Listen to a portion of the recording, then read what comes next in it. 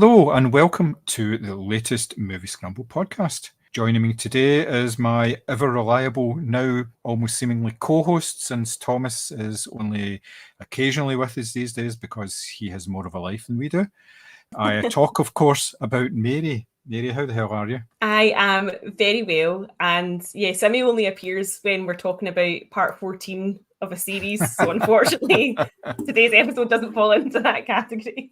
Yeah, recently we had a wee chat about what we're going to be talking about over the next couple of months in terms of some more movie marathons and things like that. And of all the ones, I think there was two, and they were both horror films. And Simi says, yep, you can count me in for those ones.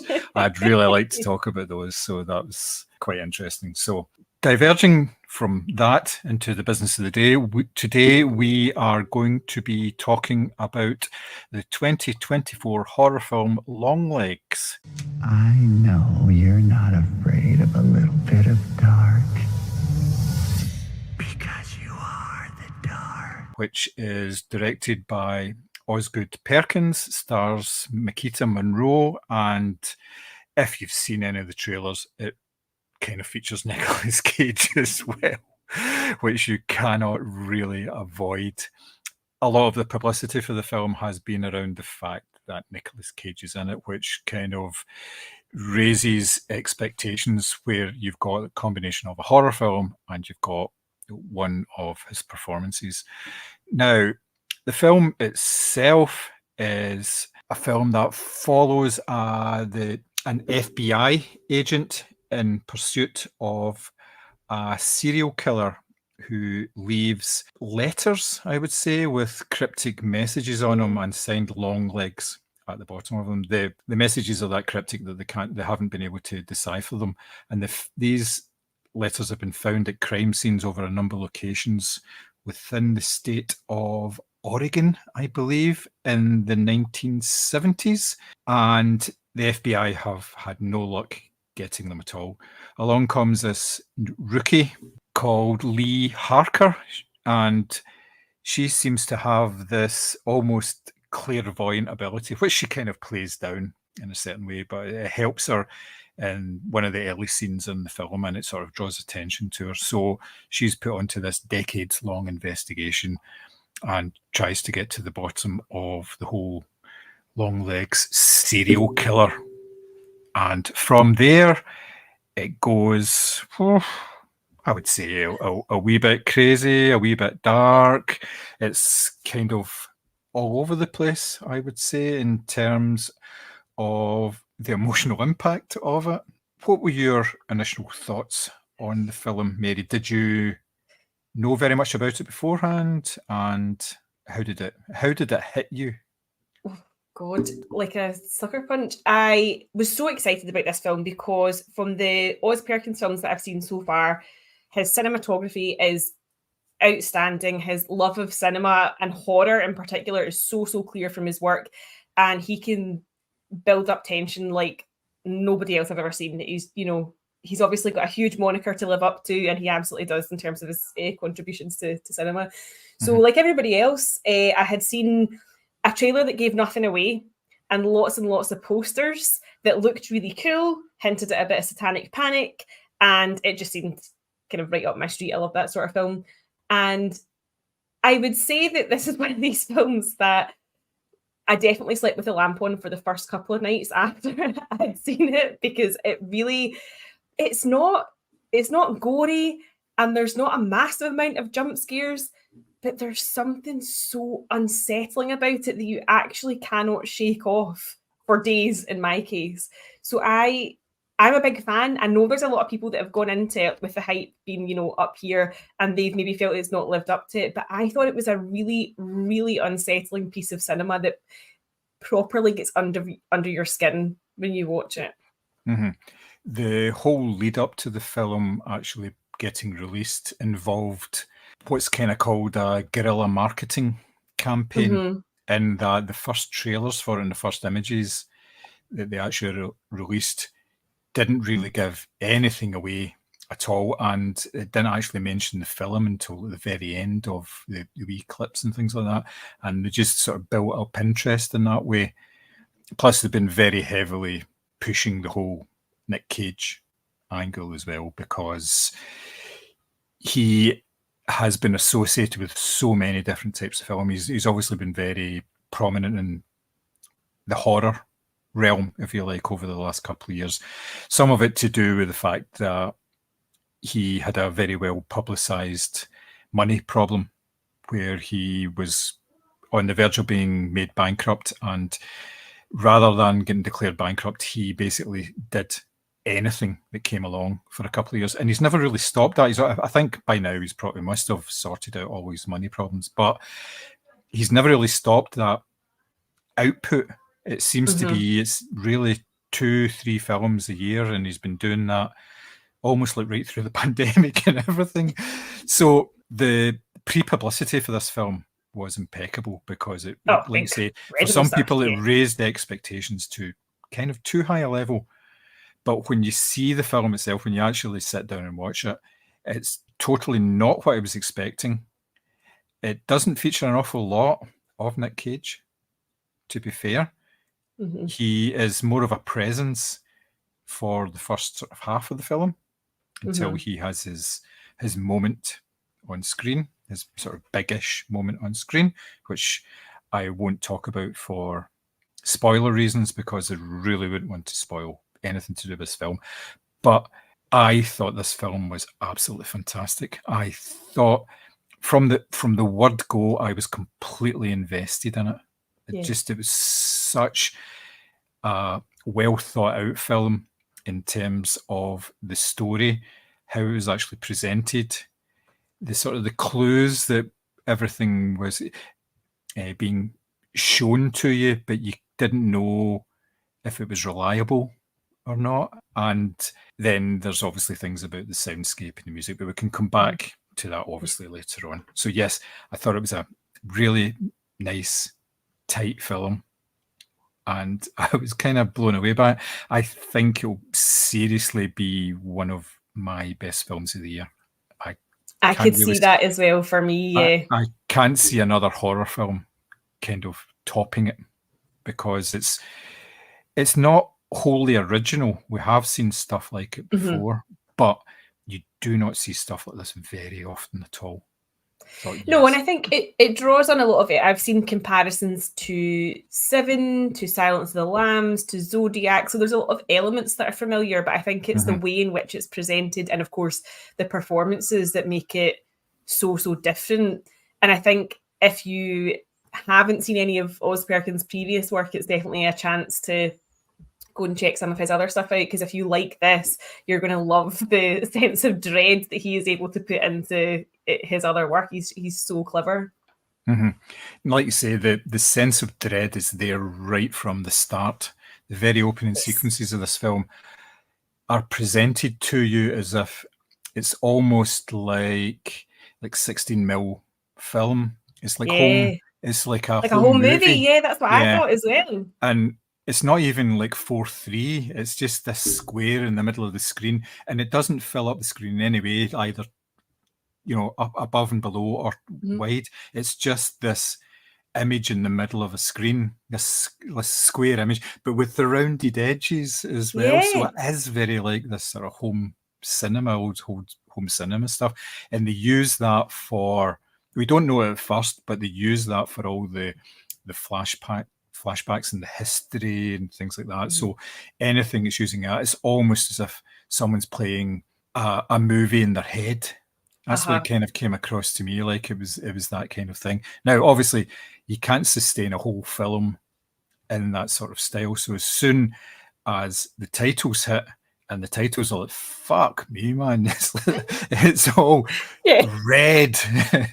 So there's a real sort of reference and a nod to the likes of the Giallo films there. And I think that kind of works all the way through the film as well in terms of the style. But what did you think in terms of the style? So I think it's an interesting film in the sense that, like you said, so the titles come on and it's like bang, and it's, this blood red, and it's throughout the film there's all these like strange close-ups of things that you're not quite sure what you're seeing, and they're all blood red as well, and you're kind of like, was that? Oh, I don't know what that is. But it's a film that sort of oscillates wildly between this really over the top, you know, the giallo style and Nick Cage's performance, with something that's very sort of subtle and quite like closed in and dark, and really like a proper like police procedural, just very tight. And you know, the color coding is super, super dark. There's lots of kind of lingering tracking shots that sort of allow you to kind of breathe with the characters, or not breathe as the case may be, because it's just so scary. But it does sort of swap between these styles very seamlessly, I have to say. This is not a complaint, but it's interesting how there's quite obvious attempts at being quite out there and over the top, but equally something that's quite muted for the rest of the film as well. Yeah, I think that's done with a certain amount of purpose, because if you have it one way or you have it the other way, you're going to have two very different types of film. If it was very low key for all of it, then you can tend to drift. But then if you've got these elements, and it's not like jump scares and things like that, there's just a certain amount of intensity that's brought into it, and that really keeps you hooked. So you get involved with all the sort of the slower bits and things like that. And there's shots in the film where it's almost like it's extended past the point of being interesting, because like they'll show you an empty room, for instance, and you're kind of going, what are we looking at here? And you're actually looking at nothing. And what I took from that was you're thinking there's something just off screen. Is something's going on there, or there's and it's almost like you are actually in the scene yourself, because you can only see a certain amount. You can't suddenly cut to something else, so there's that wee element which kind of racks up the tension as well. So I've actually just got shivers you talking about that, because there was so many times in that film when I was like, I thought I'll need to watch this more than once, because you're scanning like almost every inch of the frame going, is it something in there? Am I looking for this? Was that movement? Did something just move? And you are constantly on edge, which I actually think is quite a feat, given how some horrors are like jump scare, jump scare, jump scare. For me, the scariest thing in this film was sometimes the stillness, because you were just, I'm not saying you were anticipating a jump scare, but you were literally searching sort of every millimeter of the scene that you could see in front of you for a clue or a character or the slightest hint of movement. And I don't think that's, especially when for some of these scenes they were silent as well, so it wasn't like it was using sounds to push you in a certain direction. I think this is genuinely like quite a feat to actually have people so scared just looking at an empty room. Oh, definitely, yes. It makes full use of nothing. It's the anticipation that actually is what actually drives you along, and that works in a couple of different ways, because one, by not having to do anything, it costs them less.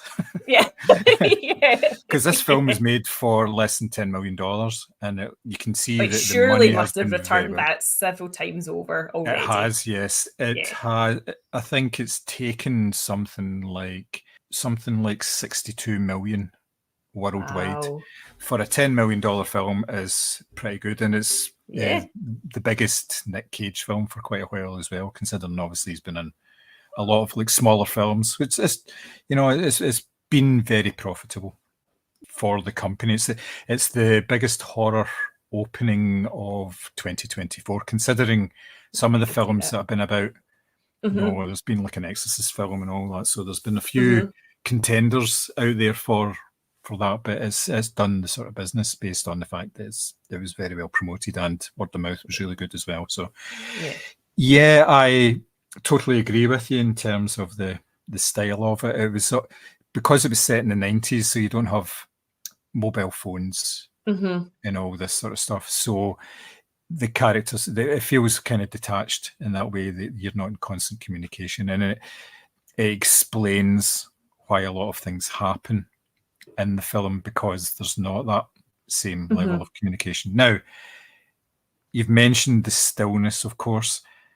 The main character, Lee Harker, isn't exactly the most jumpy about of people at all. I would say she only adds to that. So what did you think of her performance? in that role. And what did you think of the character itself? So I thought that Michael Monroe was incredible. At first, I kind of thought maybe the character was being set up to be sort of neurodivergent, because there's a couple of scenes where she's obviously doesn't know how to interact with other people. But obviously that's just a bigger clue as to who she is and her upbringing. I thought the performance was really good, because I think that when you have a film that relies on stillness, you can't have a character or a performance that is so over the top when you're not the sort of villain, when you're meant to be the sort of strong kind of anchor of the piece. And I thought she really delivered, in the sense that, one, I thought that genuinely her like performance of conveying how frightened she was at times felt really legitimate as well. But also just the fact that she was a very curious character to me. She seemed very layered, and it was that I wanted to sort of pick apart, which obviously the film does as her character kind of develops and the cold case develops. And it was that really drew me in, is that she seemed very interesting. I wanted to know why she didn't know how to interact with people. I wanted to know why she was obsessed with this case and seemed to get linked to it. I wanted to know why they thought she had, I think they called it special abilities, and they actually really meant that she was kind of psychic. I think they were kind of alluding to. Yes. So I had so many questions about her character. So I almost felt kind of like greedy, in the sense that I just wanted to know more and more about her. And I thought that, well, Michael Monroe's been in It Follows, I think. So she's kind of familiar with the horror genre. But I thought here this felt very sort of grown up. It wasn't a Scream Queen performance. It was very subdued. And that fit in perfectly with, essentially she was tasked to be the sort of stillness in amongst all of the chaos that was going on. And I thought she did it really, really well.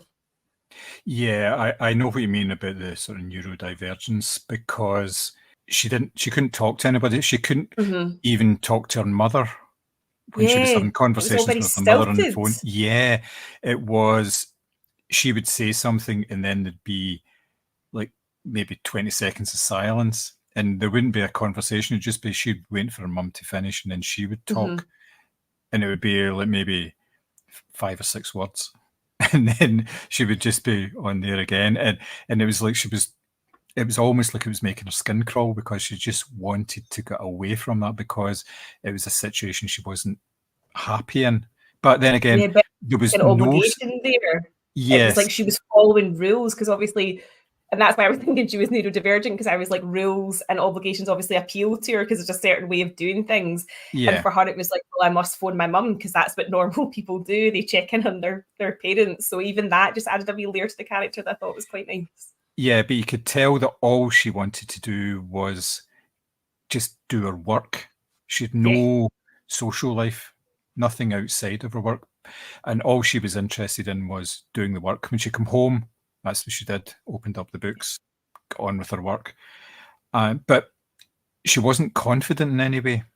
And with her first partner in the opening scenes, she raised certain concerns about what they were doing. But when it came to it, she didn't challenge him in any way and say, "Oh, we need to do this, we need to do that." She just let him take the lead on it. And that kind of followed through with the rest of it as well. When she was picked for that task force, she never showed any sort of, oh, this could be quite interesting. There was no emotion, no interest. It was just like, okay, well, this is what I'm doing. So she was just almost, she was just quite happy to be pushed along and doing stuff. And she never really developed past that. And that was a good thing, because, like you say, she was a grown adult. She wasn't like I know she was just a rookie within the FBI, but she was an adult. So therefore, she's not going to have this revelatory arc where she expands into this, FBI butterfly. She's going to basically remain who she is. And that was the part of the whole story. Now, I know we're kind of skirting around. I know. I feel like we can't say. It's difficult, but there are certain things that happen at various stages in this film that would spoil it if you haven't seen it. So we are being a little careful in what we are actually saying. So obviously, a lot of the pre-publicity was about the character of Longlegs, which is the character is played by Nicolas Cage. That's not giving anything away. Yes, it says it on IMDb. That's not a spoiler. Yeah. Correct. Now, what were your expectations to begin with? Because he carries a certain amount of baggage in terms of some of the parts he plays. Yeah. What were your expectations, and how big of a shite bag did you feel when you were actually watching him? Well, I find my new sleep paralysis demon, dear Moviescramble listeners. I think, do you know, it's funny because for all the publicity, and yes, it mentioned his name, I almost kind of forgot he was in it going in because I hadn't physically seen him in any of the posters or trailers or whatever. And so when he did appear, yes, my soul did exit my body because I was not anticipating, one, that he was going to be there, and two, obviously, what the character actually looks like. So my expectations were perhaps sort of almost non-existent because I'd kind of forgotten about it. And I think that his performance in this film is exactly what you want from Nicolas Cage in this type of film. You know, your satanic panic, police procedural, rookie FBI cop going after, you know, this creepy serial killer and trying to unpick it all. It is exactly what this film needs to counter everything else that it's doing so well.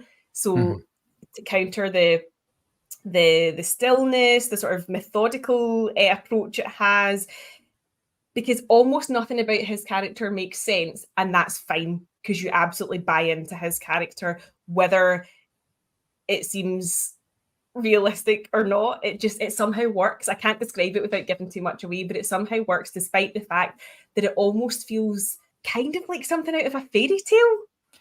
Yes, very much so. It is almost, it's looking towards a sort of supernatural thing, if you like, without really giving anything away.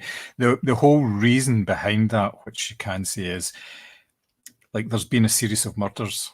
Yes. And obviously, as I said, there was a note left with the signature Longlegs on it, left at these murder scenes. Now, the murder scenes themselves don't actually look like murder scenes. You wouldn't think they were a murder scene unless that note was actually found, because it almost looks like murder suicides. It looks like the father has killed everybody in the house and then killed himself. And it's very similar the way that these incidents happen. So at first, in some of the cases, I think initially they were dealt with as being sort of a murder-suicide, but it became apparent there was something going on other than that. So that's the whole background to his character. And the fact that they couldn't find any forensic evidence that he was actually in the house when these were happening as well, you're kind of going, okay, right, so I'm a bit... And then I was like, does he exist? I don't even know. Yes, yeah. Scary. There's the whole thing. For such a long time, you're kind of going, is this a real character? Is actually something happening? And of course, he does appear. Now, in total, he's probably only on screen for about 15 minutes, maybe not any much longer than that. Yeah, if you're lucky, yeah. Now, it's obviously very clever the way that they marketed it, because his name was front and center, basically because that gives it a bit of brand recognition, the whole film. And I think he was more than happy to go along with that, because obviously he was fully involved in the production. He was fully involved in all the publicity for the film and everything as well. Did the rounds when it was out there at like film festivals and things like that. So he's obviously very invested in the film. But he is on screen for a surprisingly short amount of time. That's not a bad thing, because the character and the story demands that he is just a presence more than a physical reality. And I think that works very well. And I think it would be difficult to pull that off with another big name actor. They would probably it's make funny. Demands. I thought the same thing after I'd watched it, and I'd calmed myself down to a riot. I was trying to imagine who else I could picture in that role, and actually the answer is no one, because you're right. The character of Longlegs is used so physically used so sparingly in terms of we don't actually see that much of him on screen, and it's so perfect because it's a very unique type of performance that's given. And as you say, it's more about his presence, and you alongside Lee Harker questioning your sanity, going, well, does this Longlegs actually exist or not? Because are we seeing him? Are we not seeing him? Or, there's a lot of, you're sort of questioning your own reliability as you're watching it as much as hers. But there's nobody else I could imagine doing that role justice, because I can't even think of another horror film where there's a character like that. Mm-hmm. It's so unique, and that's why I think that, even if we were going into spoiler territory, it would actually be quite hard to discuss, because it's just like nothing else you've ever seen. Yep, definitely. Yes, I can see. I am totally on board with you with that one. I think I couldn't think of anybody else who could possibly fill that type of role. Yeah, those long legs. Oh. That was terrible. I made myself sick. I'm really sorry. Yeah. To our now two listeners, I sincerely apologise for. I'm really Mary's sorry. Outburst. Yes, yeah. So, Osgood Perkins, you've touched on the fact that he is a pretty good filmmaker. What did you think of the choices that he made for this film? I'm thinking in terms more of the soundscape and the music and the colour palette and how he actually told the story. Basically everything. Just tell me everything. Yeah, sure, no problem.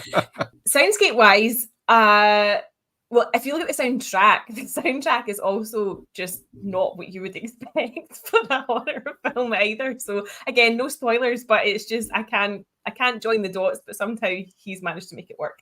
Mm-hmm. Soundscape wise, I think that sound and visuals were working together so seamlessly. Like there's a tracking shot where I think Lee Harker's walking through her mum's house, and her mum's a hoarder, so there's loads of stuff, which in itself makes you uncomfortable because there's just all this old stuff hanging about the house. Yep. And there's a tracking shot where she walks through the room, like I think it's like from the kitchen to the living room, and I swear to God, the camera looks like it's breathing, almost like a pulse. It's like moving back and forward ever so slightly, like barely perceptible, but it's there. And then there's just like, in that scene, I think there's no sound, but then she moves into another room and it's like bang. And it's just and again, there's no jump scare because nothing happens. She's literally just walking into a different room. Mm-hmm. And you've jumped out your skin at absolutely nothing. And there's other scenes as well where she seems to be getting close to certain elements of the crimes that are being committed. So she goes down to like a forensic lab, and there's this horrible static sound that's used throughout the film that really gets into your ear. And that's down in the sort of pathology lab. It's also there when she's making phone calls to her mum. And there's just this persistent thing of nothing ever lets you be comfortable. So even when there's no sound used, you're shitting yourself. When there is sound used, you're shitting yourself. And the visuals that go along with that, you're just constantly wary of, where am I? What am I looking at? And then there's like odd musical choices that I make no sense to me, but obviously sort of tie into the characterization of Longlegs. But I think that he's definitely somebody that knows how to work an audience. I think that's what I feel like you're being made to really suffer for your time at the cinema, but in a good way. Like I think he knows exactly what he's doing in terms of linking strands of narrative together, linking characters together, but also just playing with your head quite significantly throughout this film. There's a lot of shots where the symmetry is quite striking, and that there'll be a character smack bang in the middle, but you are perhaps drawn to something that's happened top left and something that's happened top right. And you're not quite sure, but you're just constantly looking at this perfect frame and going, this is really beautiful to look at, but also, should I be worried? Because that's the feeling that he creates. I think he's somebody who, as I say, I really enjoyed, for example, like The Black Coat's Daughter, which I think is called February in some territories. But that's another film of his where I didn't breathe out for another hour and 40 minutes. And this is exactly the same. He is working you with every single like pulse that you can hear, with every single like visual that you see, with all of the bizarre 70s glam rock that pops out of nowhere. You are being made to work towards that conclusion. Yeah, he does manipulate you very, very well.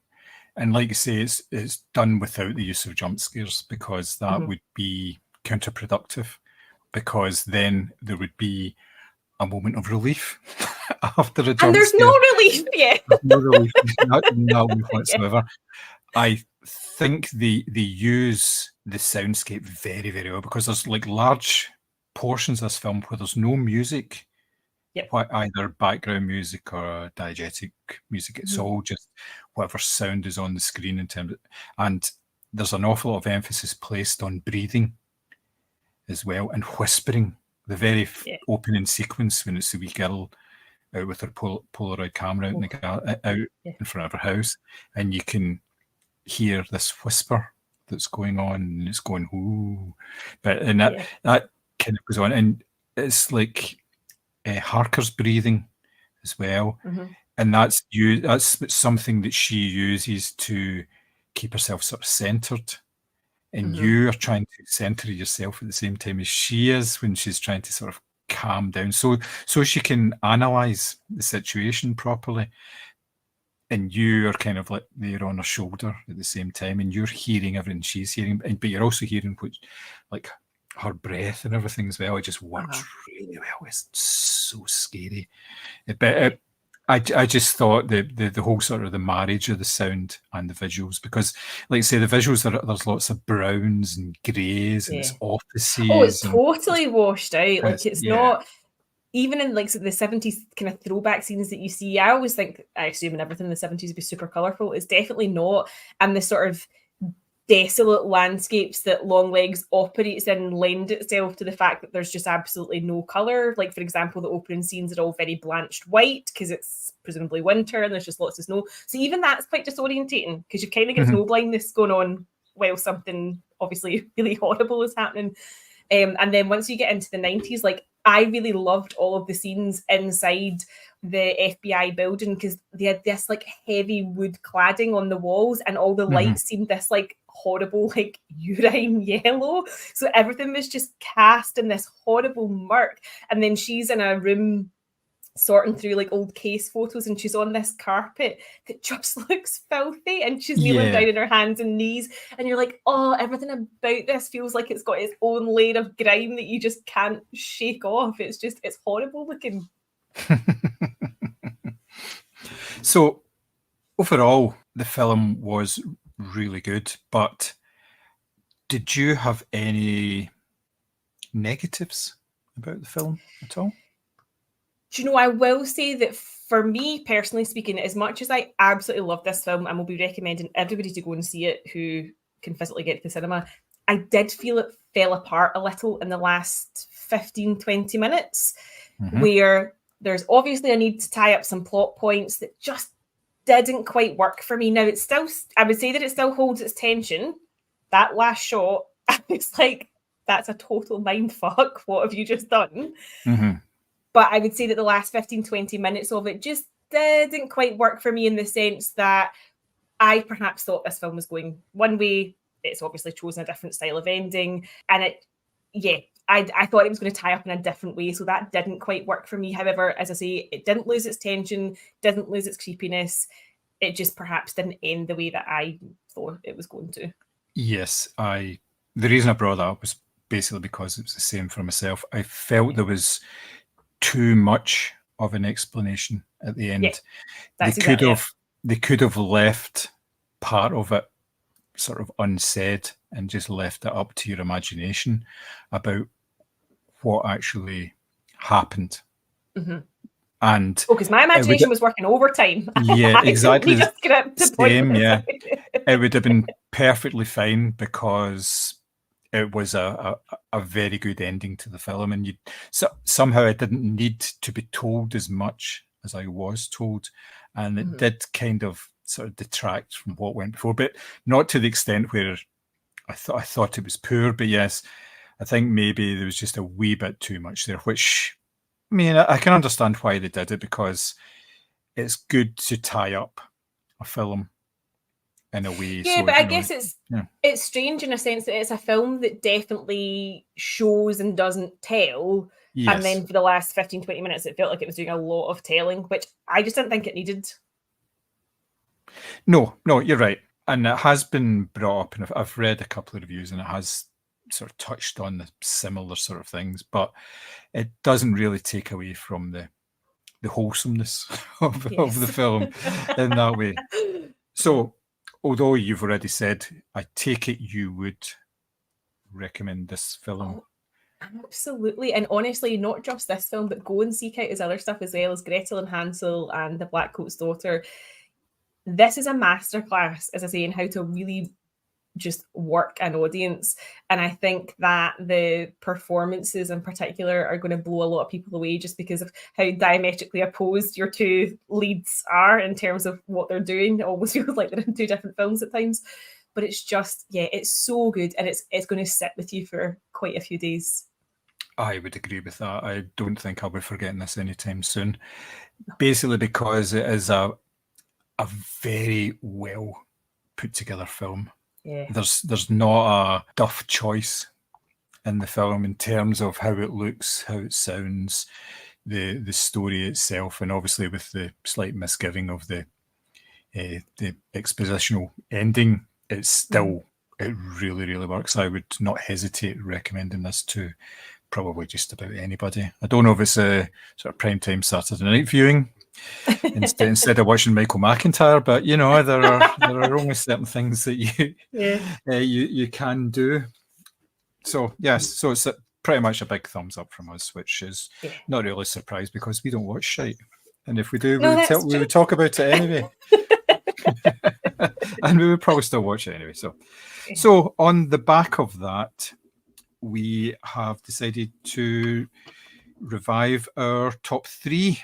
And today we are going to do a top three on Nicolas Cage performances. Now, the man has been in dozens, if not over 100 films. He has been very prolific. He has done everything from action, comedy, horror, drama, melodrama, and pretty much everything in between.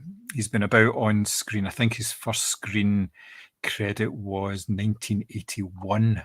So you're talking about nearly 40-year career for the man, which is impressive for anybody, but for somebody to still be talked about in terms of new and different types of films is quite something, because if you think about it, some of his contemporaries, the people that he kind of came up with, the likes of your Tom Cruises and stuff, they are very much doing franchise blockbuster cinema, whereas Mr. Cage is basically pushing the envelope with pretty much every film that he makes.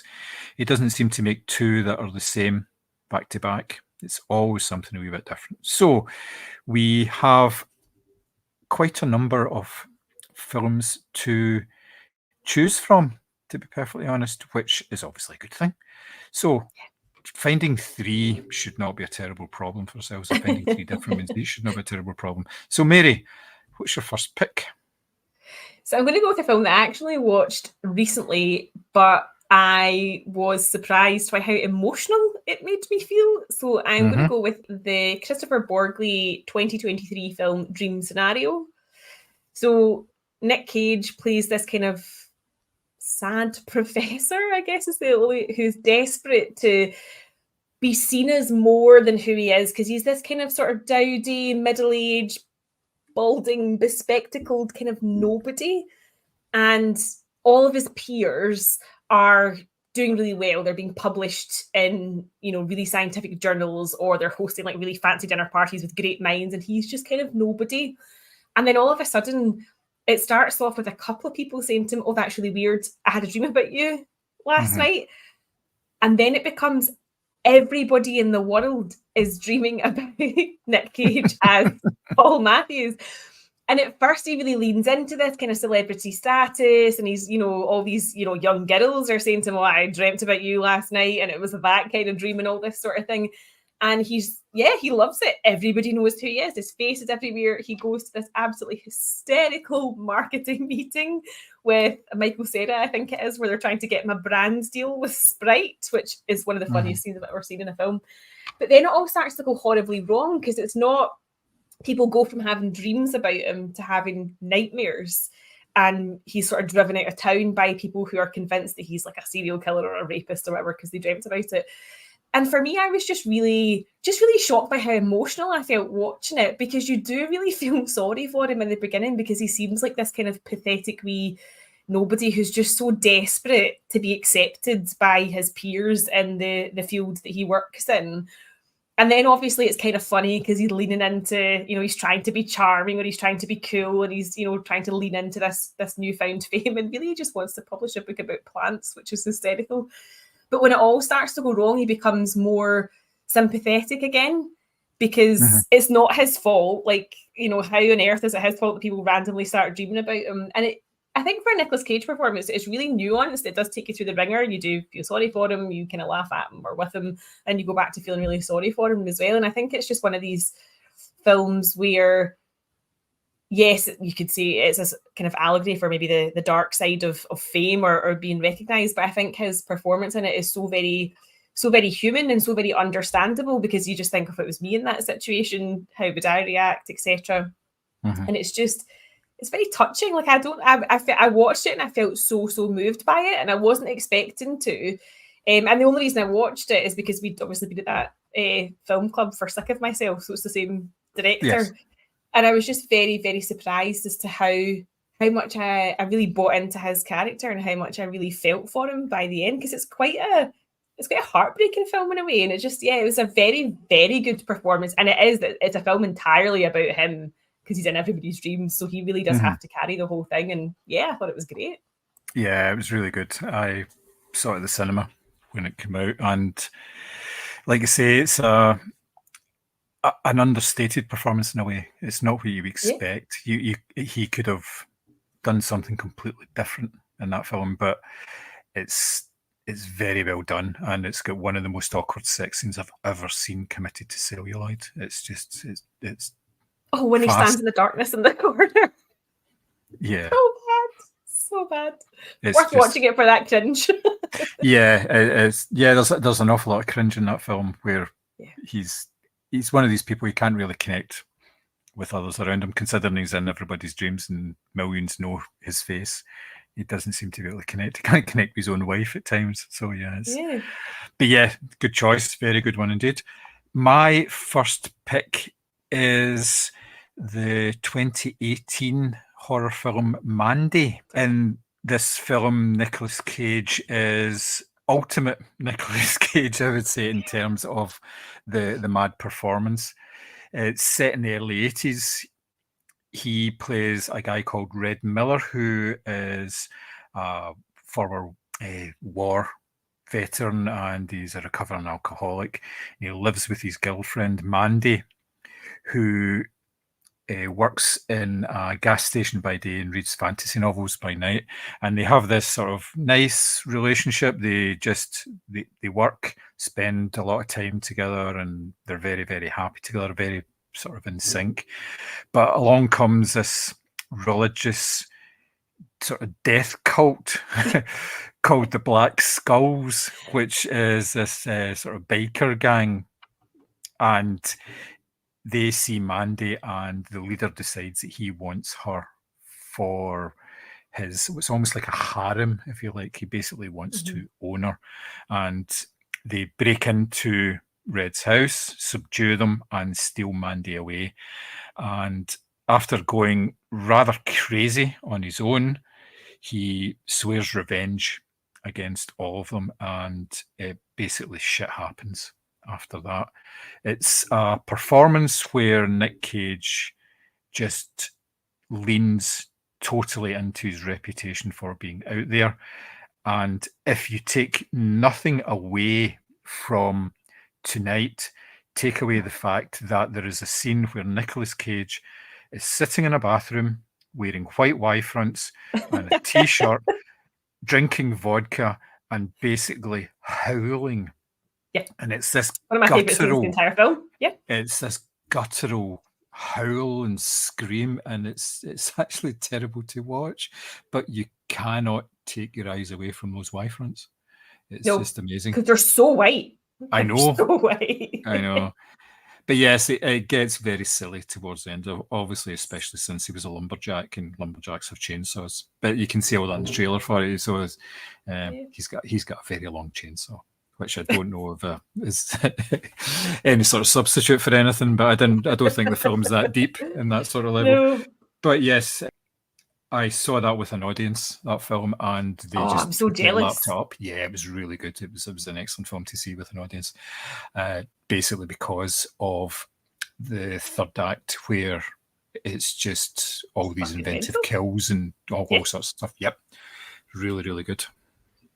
That is such a good pick. I feel like all of my films are kind of from like the sort of recent Nicolas Cage renaissance. I don't know if they can make a pun on that. So the second pick that I have is the Tom Gormican 2022 film, The Unbearable Weight of Massive Talent, which the minute I saw the trailer for this, I was like, I am in. So Nick Cage plays Nick Cage. And I think he's offered like this ridiculous sum of money to come and play, or basically play himself at a birthday party of a superfan called Javi, played by Pedro Pascal. And before he goes there, he's recruited by the CIA basically to spy on Javi and the comings and goings at this party because he's related to supermassive drug dealers, all this sort of thing. And basically, if I can describe it as such, Nick Cage has to play all of his various characters in order to survive this film. And there's that classic scene which has been turned into a meme where him and Pedro Pascal are driving in the car out their faces on drugs, and they're just beaming at each other, and it's just chaos. It's one of these films where, I mean, you're talking about Nick Cage leaning into sort of what he's known as for performance. This is like meta upon meta, because obviously he's playing himself, but it's just it's so much fun to watch. The title itself I just think is hysterical, and him and Pedro Pascal have a really good chemistry together as well, actually, which really carries this film along, because it is very very funny, but at the same time there's like violence and a big drug cartel and all this other stuff going on. So I think this was the first film that I saw of his, in fact no, that's not true, it might be the second film that I saw of his recently, where I was like, is Nick Cage a good actor? Because I've always thought of him as being in things like, as you said, like National Treasure or Ghost Rider and stuff like that. I've never really sort of taken him seriously. Whereas in this, not only is he quite happily taking the piss out of himself, but he's also taking the piss out of his own performances that he's given in films as well, which I think is just, again, I can't imagine any other actor doing this. Yeah, yes. For an awful lot of people, he's not regarded as being a particularly good actor, and B, just taking on, it just has these sort of gonzo roles, which I think is very disingenuous, because the fact that if you look at the range of performances that he has given, and like I mentioned at the top of this wee segment, it's been he's done a bit of everything. Now, if somebody can do serious drama and can do comedy, then he's definitely it's the same problem that people have with certain actors. They get typecast and they only think of them as a certain person or able to do a certain role, so it's a wee bit disingenuous sometimes, but it's always nice when you can see something and think, actually, he's fairly decent, he's actually a pretty good actor.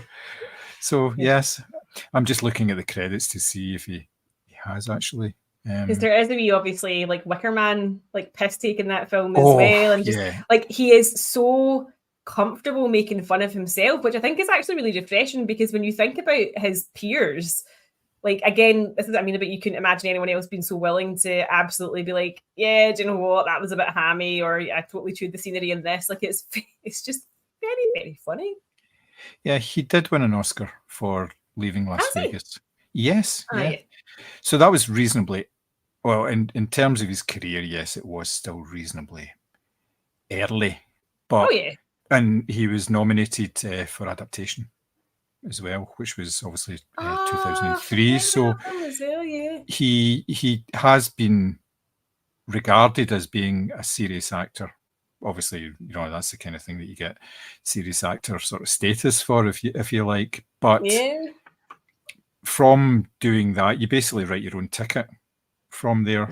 And I mean, he got that reasonably early because he, I mean, like say you'd mentioned the Cher one, Moonstruck. He was very well regarded. That was kind of him going into sort of a serious phase then, and it was like 1992 honeymoon in Vegas, I should say. Leaving Las Vegas was 1995, and that was kind of the last serious role that he did for a long time because the whole run of films out after that, which was like The Rock, Con Air, Face Off, Snake Eyes, and 8mm. So do you know what though? I still love Face Off. I remember watching that for the first time. It was on like ITV3 or something like that. And I was like, this film is terrible, but I loved it. Yeah, oh, absolutely. Yeah, of course. Yeah. So my second choice is Wild at Heart, the 1990 David Lynch film, where Nicolas Cage plays the part of Sailor against Laura Dern's characterization of Lulu. They are a young couple in love and they run away together to get away from Lulu's mother. And what she does then is basically hire killers to try to track them down and kill Sailor and bring Lulu back. And that is pretty much the plot of the film. What they actually do in the film is quite different. It's basically a road trip after that, and they meet all these sort of people. There's a Willem Dafoe character. There's Isabel Rossellini, Harry Dean Stanton as well, and they're all these sort of completely out there characters. Are based on a book by who's the guy? Barry Gifford. That's who it was. There's a whole series of Sailor and Lulu film books, which they've never actually made into films, but they're actually pretty decent. They're quite short books. They're only like, some of them are like 150, 160 pages, but they're cracking wee books. And I think Wild at Heart's maybe the second or third of them. I'm not entirely sure, because at the start of the film, it's him getting out of jail and coming back to get her. And he plays this character who is obsessed by like heavy metal music, and he's also obsessed by Elvis Presley. So it's that kind of mix in between it. And he's always wearing this sort of is that snakeskin jacket and stuff like that. And he's like a very cool character in it, and it's a great movie. It's really good. It's obviously because it's a David Lynch movie, it's kind of out there, which is good. It's a good thing. Yeah. But his performance in it just totally nails this character, and he's really, really good in it. And obviously with all the support, I mean, you can't really go wrong with sort of supporting cast that's in there as well. Especially, is it Diane Ladd, the Lulu's mother? She's just completely over the top in it. Yeah, once you see her on screen a few times, you'll kind of go, okay, right, that's not normal behavior for anybody. Never mind a character in the film, right? That's fine for me. But it's got a cracking soundtrack. It's the film that introduced Wicked Games to the world as well. The Chris Isaacs song that you hear all the time. That was from that soundtrack. I know it recorded it separately, but it was included in that. And it's a cracking sort of soundtrack to it. There's sort of like it's almost like music you would hear sort of in film noir. It's the same idea as Twin Peaks, you know, the music you would hear in the background. I love that. So it's a wee bit of that, because it's I think it's Angelo Badalamenti does the music for that as well. But yep, cracking movie. It was one of the sort of earlier performances of Nick Cage that I saw, and an even earlier one I'll talk about in a minute. Do you know, that's a proper gap in my David Lynch viewing, and obviously my Nick Cage viewing. I haven't seen that, but that you've described the cast and the soundtrack so perfectly that I absolutely need to see that. That sounds ideal. My work here is done. Good night, everybody. It's like when you and Sammy convinced me that I really want to watch the Fast and the Furious franchise. You just sell it really well. Oh yeah, well that's part of the job. So number 3 for yourself. So I'm going with Michael Sarnowski's 2021 film Pig, which I picked up on a whim in FOP, and again was just totally blown away by how much Nick Cage made me cry. So he basically plays this sort of hermit living in a forest cabin in the middle of nowhere, and the only person that he's got in his life is his pig. And he has his house broken into, the pig is stolen, and the rest of the film is a sort of revenge drama while he goes after his pig. And I think he honestly has about 5 lines in the film, all of which are who has my pig? But there's so much conveyed through. He just looks so sad and crumpled and worn down, and kind of similar to Mandy. There's lots of kind of batshit violence as he escalates his efforts to try and get his pig back. But there's kind of more to it than just that. There's the background of how his character came to be, living in the woods in the middle of nowhere, cut off from society, what his life was like before that kind of career path that he'd chosen. And again, it's just a very layered, sympathetic, and very authentic feeling performance. It is batshit, but it's not the batshit Nick Cage performance, for example, in like The Unbearable Weight of Massive Talent. It's very much more in line with kind of Dream Scenario in the sense that his character is very sympathetic and the performance is very subdued. You do believe that he could kick the shit out of anyone he encounters in this because he's very sort of solidly built and he looks very mean and aggressive. But then there's also these really touching moments where you can tell he just really loves his pig and you really want him to get that pig back, basically. It's definitely this was the film, I think, actually out of everything of his that I saw recently where it kind of kicked off my interest in his filmography again, because actually I couldn't believe the performance was so good in this. Yeah, it was a surprising film because again I kind of went into it with Nick Cage expectations on what it would be like. Yes. And it I feel like that should be a thing of its own. Yeah, and again I don't know why I do that because every time it's different. There isn't a typical Nick Cage performance anymore. And this one, like I say, that there is like violence in it, but there's a lot of times when it could quite easily have come to violence and you're kind of expecting it and it doesn't happen. He pulls back from it, and yeah, like I say, he doesn't do an awful lot of talking in this at all. And I thought it was a great film. It was really, really good, and it was one of these sort of kind of low budget things and first time directors.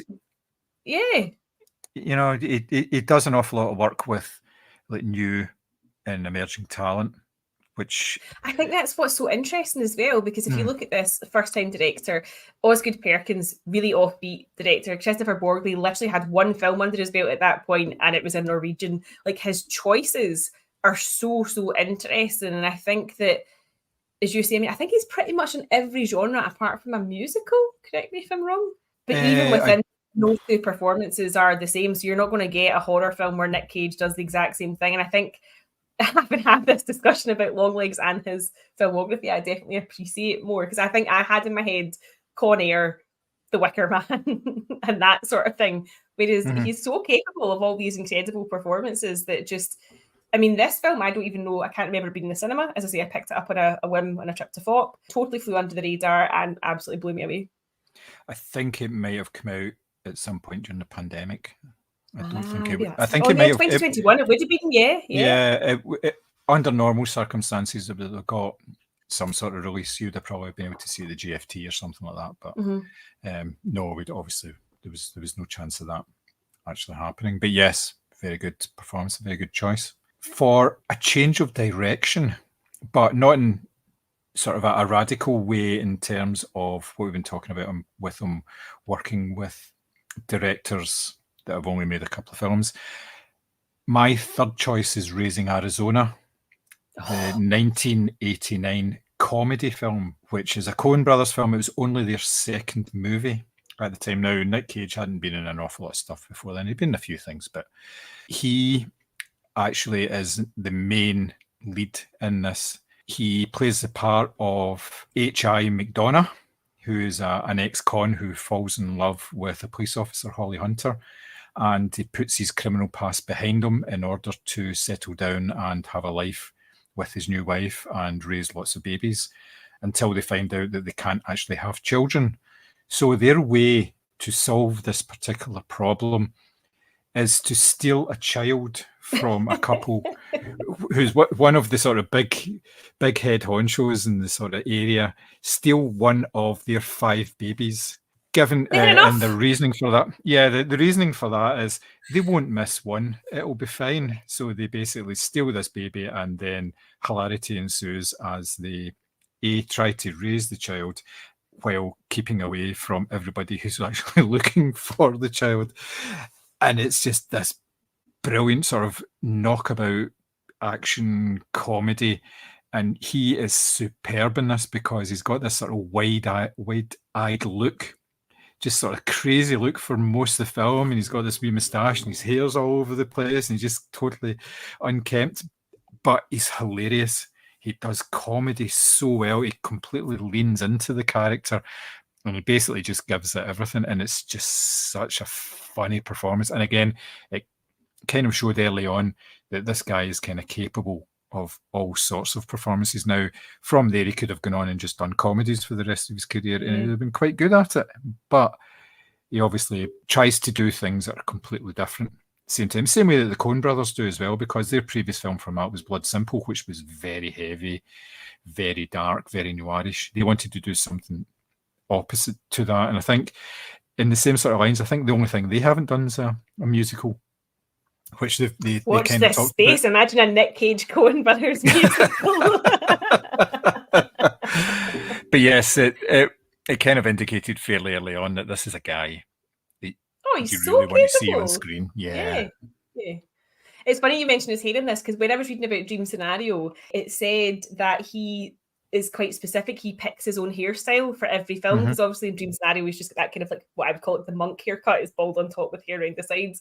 So for every film, when you think about some of the looks that he's had that's so distinct, and it also made me think about Longlegs, how much input he had into the look of the character there. He obviously is confident enough to have these kind of strong ideas as to how these characters should be realized on screen, and when you look, not only has he got this body of work that's so different, all of his characters have looked really different as well. Yes, it's intentional because he's trying to make them unique, I think. And like you say, actors put an awful lot of effort into the whole character. They build, even if there's nothing actually going to be on screen, they build like backstories for them and everything. So they're familiar with what they're playing, and that may not necessarily have any bearing in what actually happens on screen, but it informs their performance. And so it's the same way that John Travolta, the first thing he does is the walk. He works out how a character walks first. So it's a similar sort of thing to that. It's a way to get into character, isn't it? By a hairstyle or whatever. So yes. Yeah, because he's not naturally bald. He doesn't have male pattern baldness. Not yet. He's still got a wee bit on top. Yep. Not much. Interestingly, for the Longlegs film that I saw, I thought he'd put a kind of red tint through it, and I wasn't sure if that was on purpose or not, but it was definitely a look. So, yes. Probably for his next film. Yep. So there we have it. Top three. Obviously, Nick Cage, he has 120 credits on IMDb. No. Yes. That's insane. Yeah, because like I say, he's doing 3-4 films every year. He's been doing that for a number of years. He's not doing quite as many, but he's done loads and loads. And like I say, I could have kind of chosen this list about 4 or 5 times over based on... Yeah, I didn't realise how many of his films I had actually seen. Yeah. So just for a point of comparison, because you mentioned Tom Cruise as a peer, Tom Cruise has 52 acting credits, so exactly pretty much half or less than half actually of what Nick Cage has. That's mental. Well, a lot of that's got to do with the type of film that he's doing as well. The bigger budgets film, they take minimum 2 years. Even if he's the way Tom Cruise does it at the moment, it's back to back. He's finishing one and he's basically starting the next film. Whereas Nicolas Cage can quite easily move from one to another because there'll be small productions. There'll be 3-4 weeks actually shooting, and maybe like a wee bit of work beforehand, a wee bit of pre-production, and obviously there's a whole getting into the character sort of thing. So if you're talking about, say, a 10-week shoot at the most, sometimes it's even less. Sometimes you're talking maybe 3 or 4 weeks at the most for these films that cost like under 10 million. They don't have the budget to do a lot of that. So say you're talking about less than a month for a film to be shot. So he could quite easily fit in 3 in a year and still have time for a holiday, at some point. Just kind of detox and become normal again. But yes, he's very prolific. And I don't think that does anybody any harm at all. No, it's fascinating because, as you say, he's well out of the woods, presumably with his like financial stuff. So it's clearly just a passion and a drive. And I think, do you know, I do think it's really admirable that he does work with a lot of smaller productions and first-time directors and lends his name, for example, to the likes of Longlegs as the big name on the poster, because sometimes you just wonder, you know, how these are great films and how else would they be seen, but not for him going out promoting them and obviously being in them and things like that as well. And it does make you wonder about how many people are sort of giving of their time in that way. I'm not saying he's doing it for charity, obviously he's getting paid, but it's just interesting that he's choosing these projects over, presumably he gets a lot of big budgety, blockbustery type things coming his way as well. Oh, I'm sure he does. But I think he's in a position where he likes what he's doing. And you can tell through the performances that he does actually enjoy it. He's not phoning it in. It could have been so easy for him just to take on all sorts of roles and just kind of phone in a performance. The same way that John Cusack did that. He went through like a whole series of films relatively recently, in the last sort of 10 years or so, and they're all rubbish. It's like he's just phoning in a performance, and it's just, and Bruce Willis as well, same idea, you know, they just churn out these films that you only kind of catch because they come on ITV2 or something, and it's something you've never heard of, and it's his name that's above the line. But even Sly Stallone in recent years has been packing in the shite. Yes, that's quite a turn of phrase there, thank you. But yes, you're right. Yeah, there's been an awful lot of actors that do that sort of thing, and they turn up in films and you don't even know they've actually been released, some of them. It's just or they're like straight to, they're the equivalent of like straight to DVD, whatever that is these days. But no, it's interesting that he's continuing to make what I would I'm not saying like bold choices. Well, actually, yeah, I would say bold choices. It's interesting that he's continuing to seek this type of work out, because obviously for him as an actor, it's going to be much more creatively fulfilling to go from something like Mandy to Pig or whatever than just churning out the same old crap. Yeah, and just by the fact that everything he's released does get recognition and gets sort of cinema releases as well. You know, it might not be massive cinema releases, but it's out there, because like you said, there's Longlegs, there was Arcadian, Dream Scenario, Sympathy for the Devil was not that great, but it was out there.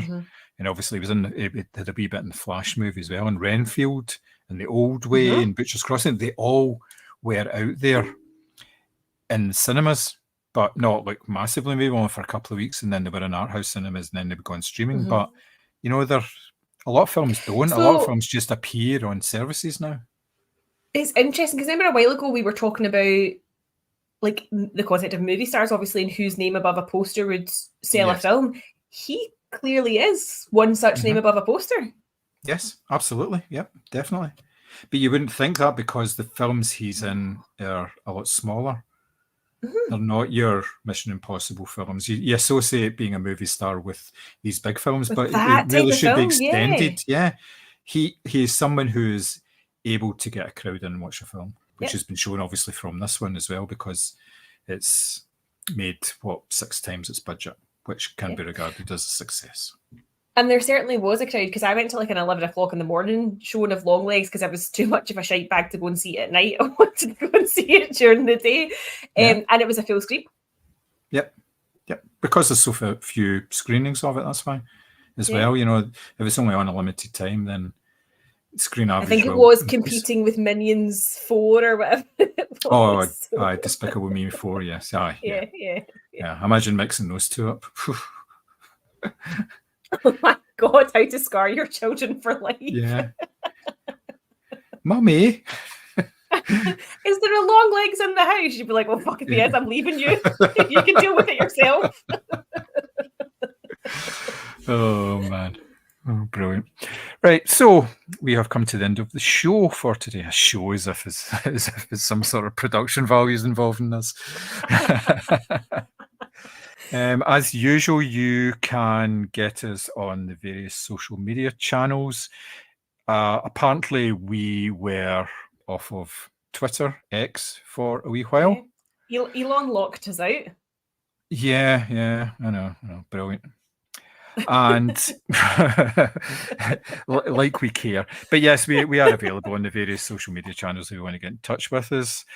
We can be found at podcast@moviescramble.co.uk. We're still getting a whole lot of shite from knives and all sorts of rubbish, but we did actually get an email as well, which was very nice. We got an email from Jill Patterson, who said that she really enjoyed what she calls a chin wag, which is actually quite nice. So that's what we're kind of aiming for, like actually a conversation rather than just, a boring Q&A. Yeah, basically talking for 2 minutes and somebody else talks as well. So she said she really liked Love Lies Bleeding. She saw it at the Glasgow Film Festival, and she kind of liked our review of it as well, about the grubbiness of the characters and everything. So thank you very much. Yeah, that was very nice to receive, and thanks for actually emailing. It did actually make my week, the fact that I got an email through, because I looked at it. I looked and I saw,